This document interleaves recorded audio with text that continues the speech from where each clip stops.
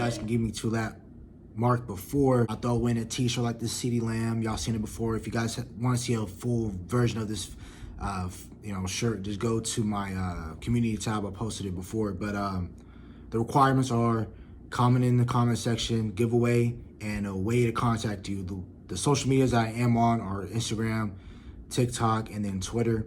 So like I said, Action Jackson. In today's video, I'm going to be basically updating you guys on the Dallas Cowboys video. I'd appreciate if you guys would like the video. Subscribe if you're new. Comment and share my video with anyone who you think will enjoy my content, man.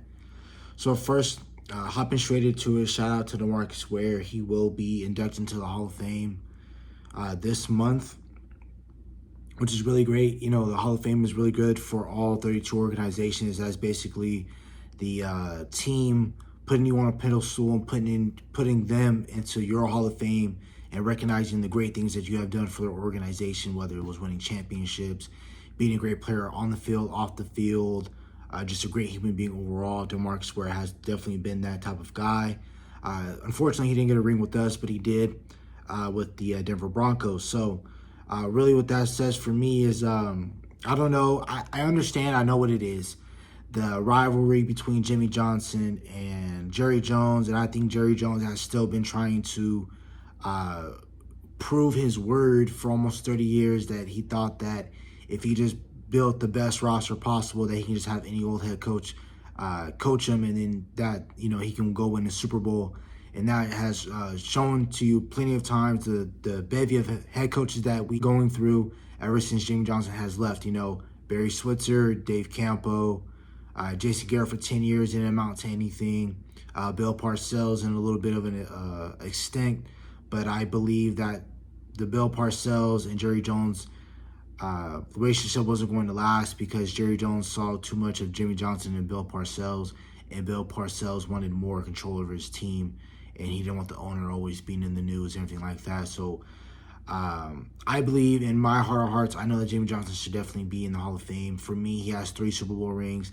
I know officially he only has 2, but that was Jimmy Johnson's team that Barry Switzer won and got to a championship. We're going to talk about the Sam Williams situation. We're going to be talking about Sam Williams and how he was arrested on weapons.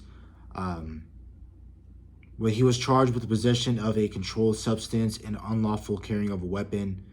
So I know in Texas you're able to carry a gun, and they're very lenient on the gun laws out there. You're able to carry your gun all on you in your car, whatever the case might be. But I'm pretty sure that it has to be licensed just like anywhere else in the States. But in Texas, I understand that it does need to be licensed. But the substance was him having a THC vape pen.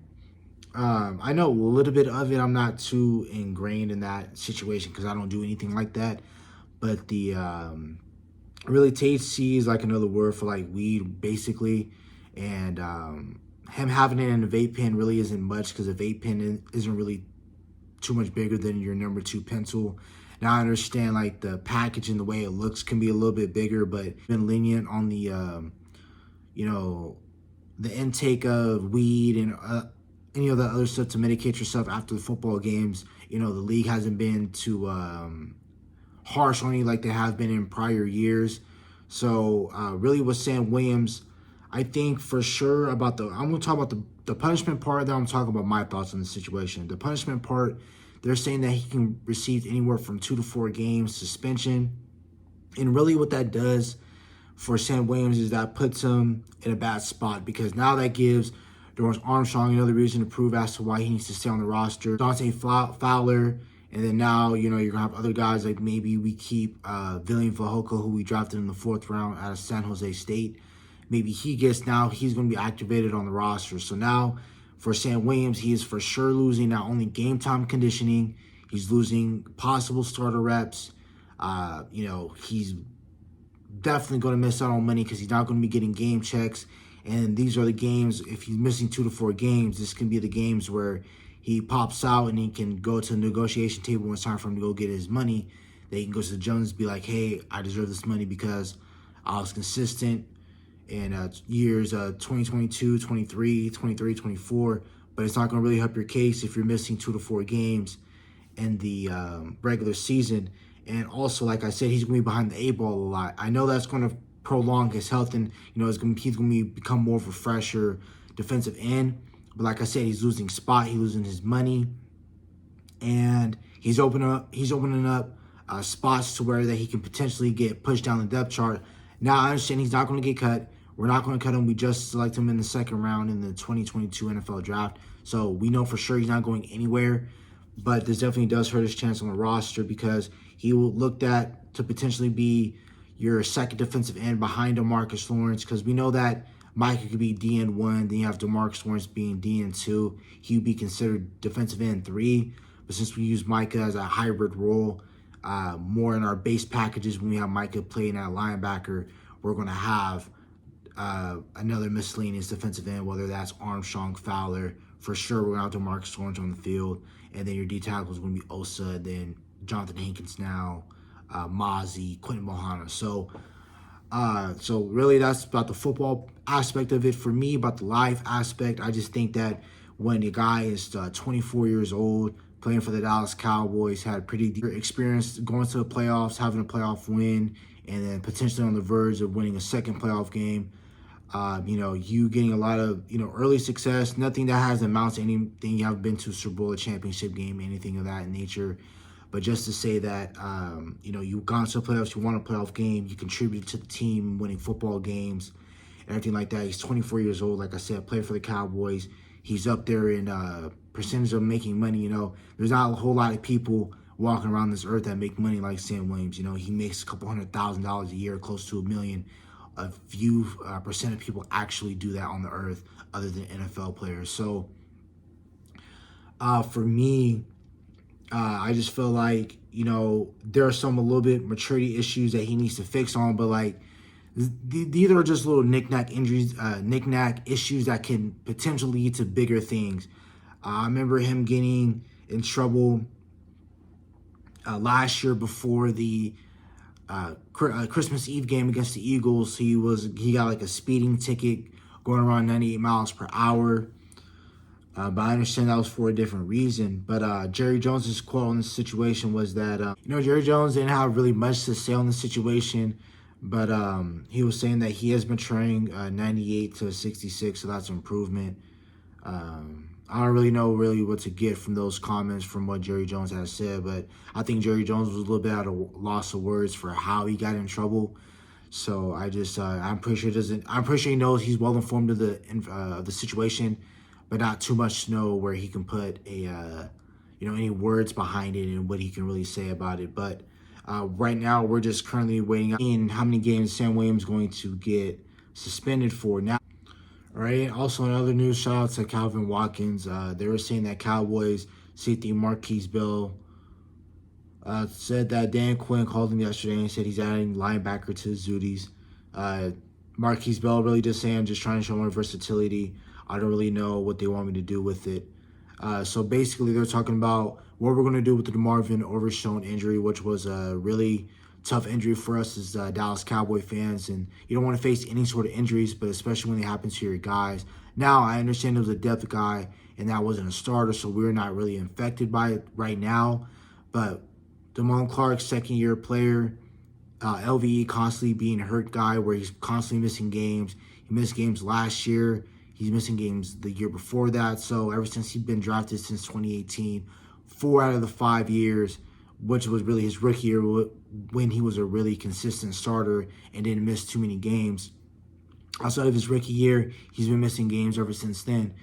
So really, we needed a Marvin Overshown because when Van Der Esch does get hurt, Overshown can come in, take over those responsibilities, and can line people up on defense and provide a little bit of more versatility, and not only versatility, but more athletic ability than Leighton Van Der Esch, and can be for sure better in coverage.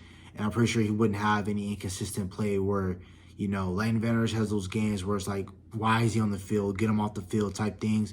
It would have been great if we had Demarvion Overshown. Now, my thing with Marquise Bell playing linebacker is I don't like safeties playing linebacker too much. And now I understand we do a big nickels type scheme, but, we don't always have Demarcus playing linebacker. He's playing nickel. He's playing top safety. he comes down, helps support the run, but mainly he's guarding your tight end, your running back out the backfield, your slot receiver. He's Bell. That's what some of our big nickel linebacker safeties are doing in the box.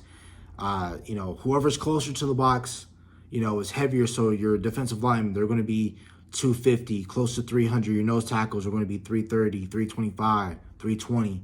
Your DNs are going to be anywhere from 240 to 250. On the light side, maybe 230, low 230s, anything like that. But anything further away from the ball is going to get lighter. So linebacker, they're 230, 240 maybe, Safeties are 210, 205, 215. So Marquise Bell is probably going to be whatever he's listed out on at his weight, maybe around 200 pounds. Plus, I don't think that he's going to be able to sustain, or any safety at that matter is going to be able to sustain guards that weigh 300 pounds, constantly coming at your knees, blowing you off the ball. Not even necessarily blowing you off the ball, but just constantly putting their weight on you, playing and play out. I don't like when safeties play linebacker. I want traditional linebackers playing there because they're used to that and they have the body weight to sustain that, 50, 60 snaps a game. So linebackers, I think Dallas Cowboys should look into adding are Anthony Barr. We already know why we should add Anthony Barr. He was on here last year, used to the scheme, everything like that. And he was great for you last year when being a backup linebacker. No, you did not want him on the field as much as you did last year, but that's why you have hopefully Jabril Cox stepping up, Devin Harper, which I think both of those guys need to step up in place of Demarvion Overshown being down, because I think for sure Jabril Cox can be that Demarvion Overshown type of guy, but less physical or less athletic as Demarvion Overshown, but can for sure cover his behind off. Then, you're also, in terms of adding linebackers, you also want to think about adding Rashaan Evans. He was a former first-round pick in the 2018 draft, which was Lamar Jackson, Josh Allen, Saquon Barkley, Quentin Nelson, Marcus Davenport, Nick Chubb, Bradley Chubb. You had Shaq Leonard. So you had a lot of great guys in that draft. That's the draft, kind of, jogging your guys' memory, Calvin Ridley, DJ Moore. So that was the type of draft that Rashaan Evans came from. So he came from the, University of Alabama. So then, Dallas Cowboys love taking chances and love bringing in guys who had that first round label to them, like what we did with Malik Hooker, bringing them in. And, we done that with a little bit of guys who were top 100 selected and that are free agents. We love bringing them in. Anthony Barr is another one, former first round pick in the 2014 draft. We brought him in and we did what we were supposed to do with him. We couldn't get the athletic Anthony Barr from Minnesota, but, we got close to it as possible. So that's about it for the video. Again, we talked about Sam Williams and my thoughts on it. Marquise Bell playing linebacker, and ways we should replace Demarvion Overshown, and then the inductees of the Hall of Fame, or the Ring of Honor. So that's about it for the video. Hope you guys have a nice day. Stay safe, stay blessed. Bye.